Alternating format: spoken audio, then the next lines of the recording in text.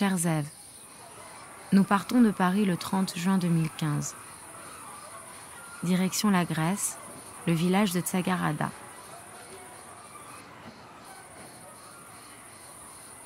C'est ton premier voyage.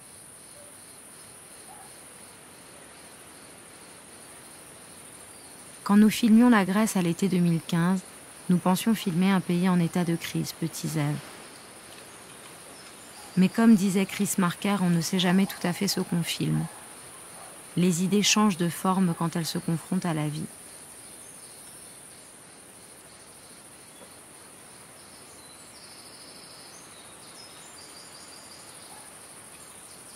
Le ministère des Affaires étrangères français donnait quelques jours avant notre départ des conseils à ses ressortissants, voyageant comme nous en direction de l'eau bleue et du soleil.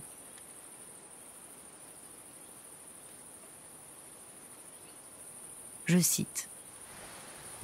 La Grèce connaît de manière récurrente des manifestations ou des rassemblements.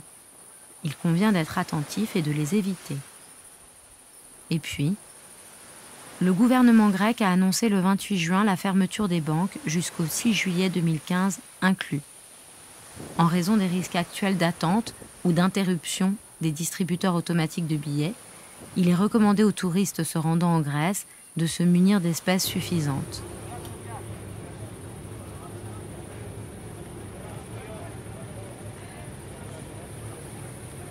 Un graffiti lu sur un mur à Paris disait « De l'argent tant qu'il y en aura, il n'y en aura jamais assez pour tout le monde. »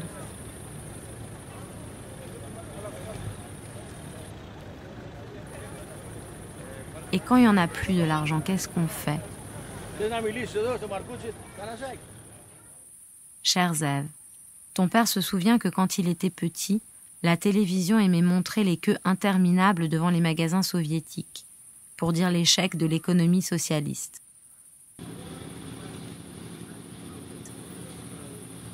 Aujourd'hui, on fait la queue devant des machines qui gèrent la pénurie. On attend parfois très longtemps, dans la crainte de ne pas pouvoir retirer, et dans la honte aussi de devoir le faire comme ça.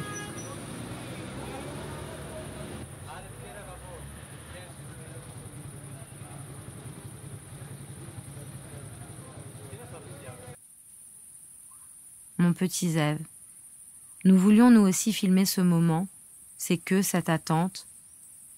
Nous pensions aussi pouvoir le faire mieux, avec plus de tact peut-être, de meilleures intentions. Mais nous ne parlons pas grec, chers Ève. Nous sommes ici comme des analphabètes.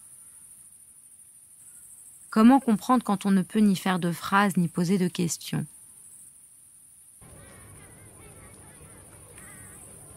Penser à partir du langage de l'argent, peut-être, équivalent universel.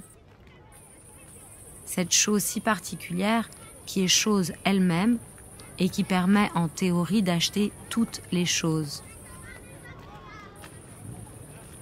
En théorie. Dans la pratique, tout dépend de combien te donne la machine. Le mot économie vient du grec, petits Ève, comme d'ailleurs les mots dialogue, photographie ou le mot de démocratie.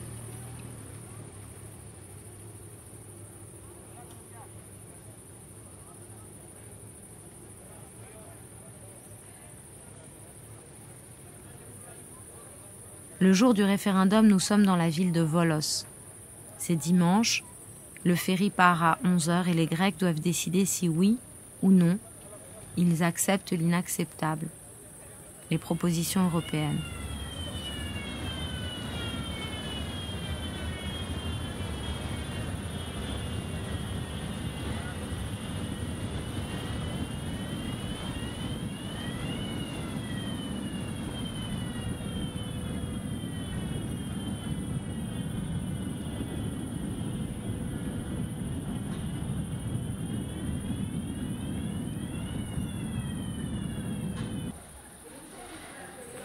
Le vote a lieu dans les écoles, dans les salles de classe vides d'élèves.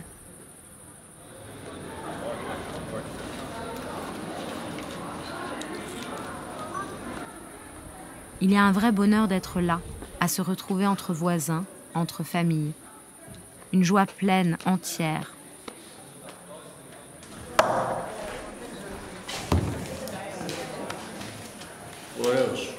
Chacun met un papier dans l'urne, fierté. Les hommes et les femmes s'arrêtent pour discuter avec nous, certains nous disent du mal de notre président.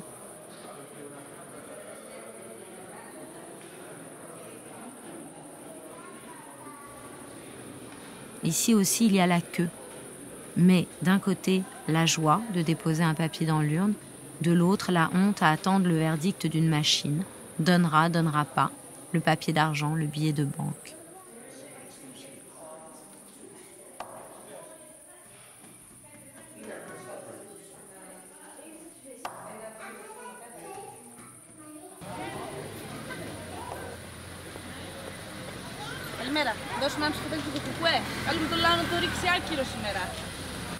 Une jeune femme distribue des tracts. Dessus, le seul mot qu'on comprenne en grec. Orchi, non. Le même mot qu'on retrouve sur les murs de la ville.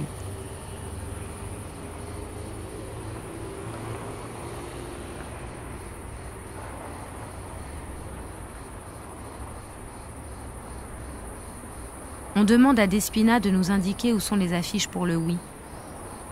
Mais, dit-elle, il n'y en a pas. Une affiche pour le oui, la voilà. Elle montre ce magasin. Despina nous raconte qu'à l'un des paroxysmes de la crise, une nouvelle boutique Tommy Hilfiger a ouvert ici, comme pour moquer ce malheur, l'annonciation d'une nouvelle ère. Un peu plus loin, on se rappelle de l'occupation nazie pendant la Seconde Guerre mondiale. Elle a laissé des traces en Grèce aussi.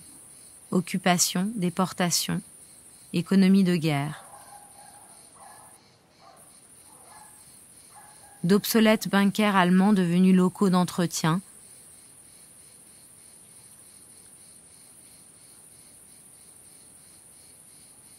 Des vieilles machines, échouées ici depuis longtemps épuisées, nous interrogent. Comment penser la guerre depuis un temps de paix? Aller-retour mental pour donner du relief au présent.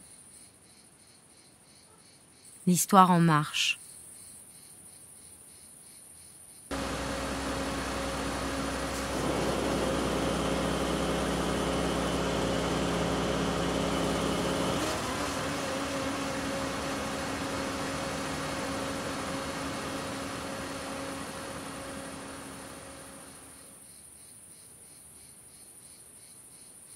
Le temps semble ce dimanche s'être arrêté, suspendu.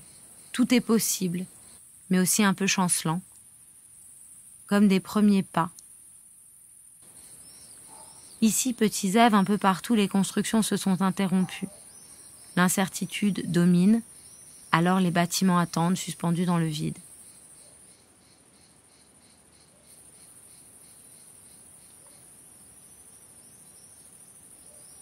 L'urgence est ailleurs. Du courage, de l'audace. Le verbe avancer contient l'idée d'inconnu, et le chaos peut parfois être un chantier. Un moment politique, petits Ève, qu'est-ce que c'est? À quoi ça se reconnaît?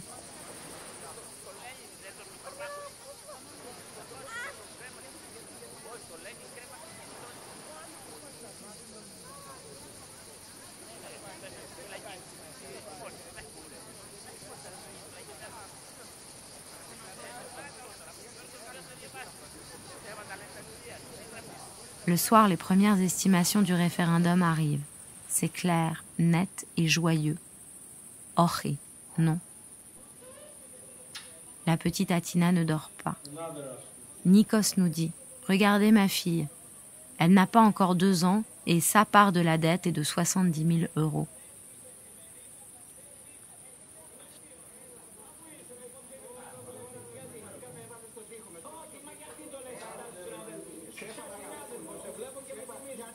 Avec ce nom, peut-être que sa vie pourra être autre chose que le remboursement prévu par l'Union européenne.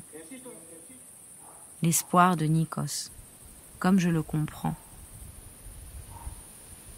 Mon petit Ève, j'ai envie de trouver comment te raconter ce moment dont on soupçonne l'importance et dont on ne sait comment l'énoncer. Car ce qui vient ne ressemble à rien de ce qu'on a vu, n'en déplaise à ceux qui échafaudent théories et algorithmes. On dit encore ici, petit Ève, qu'à Delphes, un oracle peut voir dans le futur. Le problème, ce sont les heures d'attente et la queue à l'entrée. Après la consultation, la gifle. Les négociations reprennent et avec leurs mensonges, l'horrible sentiment de voir une guerre menée contre ce peuple. Une guerre menée par d'autres moyens, en silence, ou presque. Le territoire annexé, l'économie comme nouvelle forme d'occupation. Et maintenant, il parle d'aide humanitaire.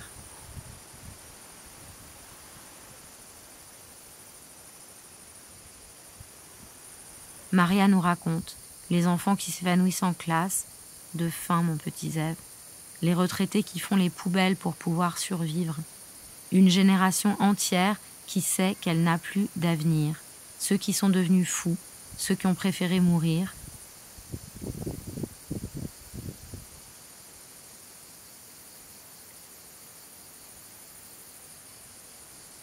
Ils paieront.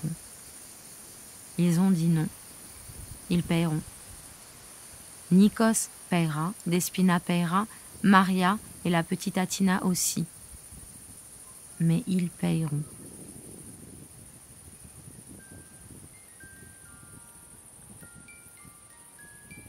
Mon cher Zève, j'aimerais pouvoir te donner une idée tangible, saisissable, de ce qu'est l'économie, de ce qu'elle produit.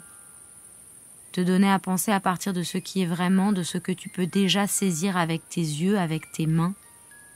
T'inspirer de ce qui t'entoure pour trouver tes outils, pour inventer comment résister, pour avancer vers cet inconnu qu'est l'avenir.